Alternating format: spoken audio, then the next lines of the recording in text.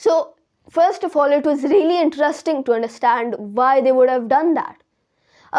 Again, it may have been a coincidence and Homo sapiens were just really good at adapting. वो adapt कर सकते थे बड़ी आसानी से.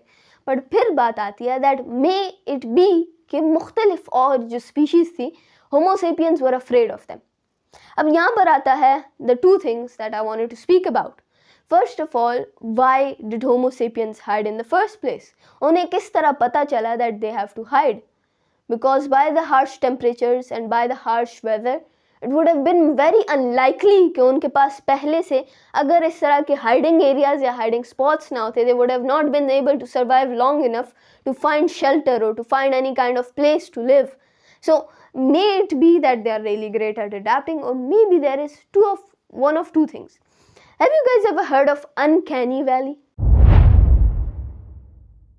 Whenever you see, कभी आप लोगों ने देखा है वो AI posts, उसके अंदर वो जो फेसेस बने होते हैं, हालांकि वो ह्यूमन होते हैं बट वो बड़े अजीब दिखते हैं और हमें अच्छा नहीं फील होता. उसी तरह फिर बात करते हैं हम रोबोट्स की. इस तरह बहुत सारे रोबोट्स आप लोगों ने देखे होंगे. लोगों ने उन रोबोट्स को ह्यूमन दिखाने की कोशिश की होती है, but the problem comes that they always miss a few things. जब हम पेंटर्स को देखते हैं, they are excellent at painting, but they do not make such mistakes क्योंकि उनके पास ह्यूमन फेशियल्स की एक्सपीरियंस होता है. But when you are sculpting, especially when you are creating such a thing such as a robot, lots of times to make those same muscles, to make those faces, you feel the uncanny valley. You enter that stage.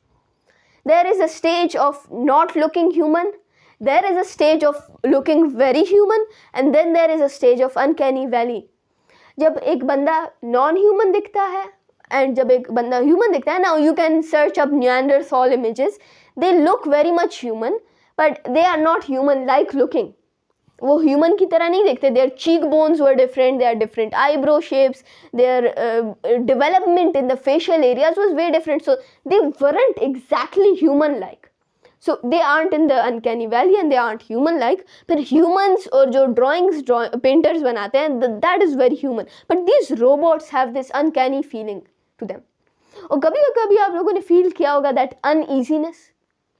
And now let me tell you, जब भी हम कुछ feel करते हैं जिसको हम लोगों ने पहले फील नहीं किया होता, there are two things. एक है हमारा ब्रेन अचानक से उसे एक गुड या बैड थिंग के साथ एसोसिएट करना, क्योंकि our brain has biologically adapted कि वो अच्छी चीज़ों को अच्छी चीज़ों के साथ एसोसिएट करके आपको एक गुड फीलिंग देता है और बुरी चीज़ों को बुरी चीज़ों के साथ एसोसिएट करके बुरी फीलिंग देता है. हमें क्यों कभी कभी लगता है कि ये खाना बहुत बेकार है, इसलिए हमें बुरा नहीं लगता कि वो खाना असल में बेकार होता है, बट कभी कभी एक्वायर्ड टेस्ट जिसे हम कहते हैं, वो क्यों?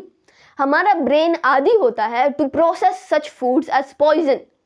हमारे हिस्ट्री के अंदर हमारे एंसेस्टर्स ने कभी उस तरह टेस्ट करने वाले फूड्स को खाकर फील किया होगा कि वो पॉइजन थे.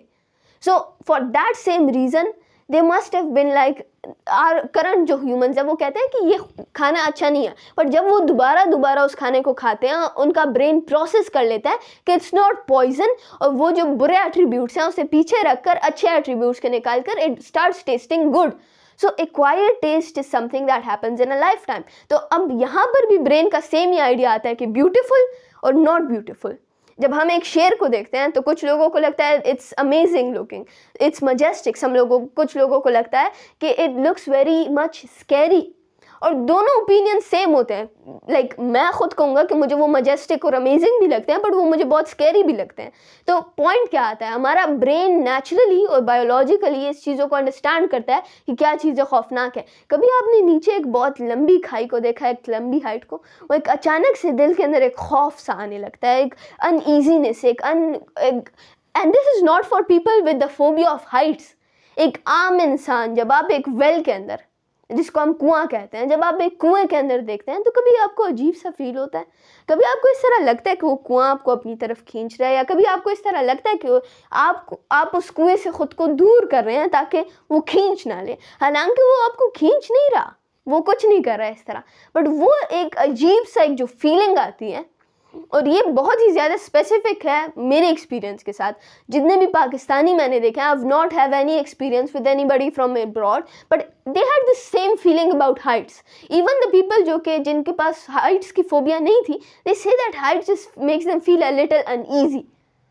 अब फॉर एग्जाम्पल मुझे trypophobia, the fear of weird type of holes and structures. आप लोगों ने देखा होगा वो जो एडिटर्स वो जो हाथों के अंदर सुराख बनाते हैं, वो भी एक फोबिया है, तो उससे बहुत ज़्यादा बुरा फील होता है। बट वो बुरा नहीं, वो अनईजीनेस फील होती है। तो ये क्यों?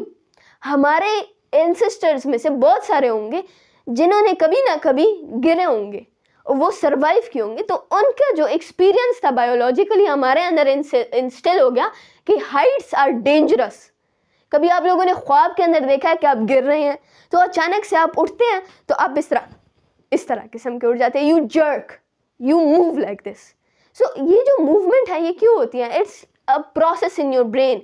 आपका ब्रेन ऑटोमेटिकली खौफ के एक फ्लाइट और फाइट मोड में चला जाता है, क्योंकि आपका ब्रेन प्रोसेस नहीं कर पाता कि वो क्या ख्वाब देख रहा है या असलियत देख रहा है। तो जो हाइट्स का डर है वो हमारे अंदर बहुत टाइम से बायोलॉजिकली है।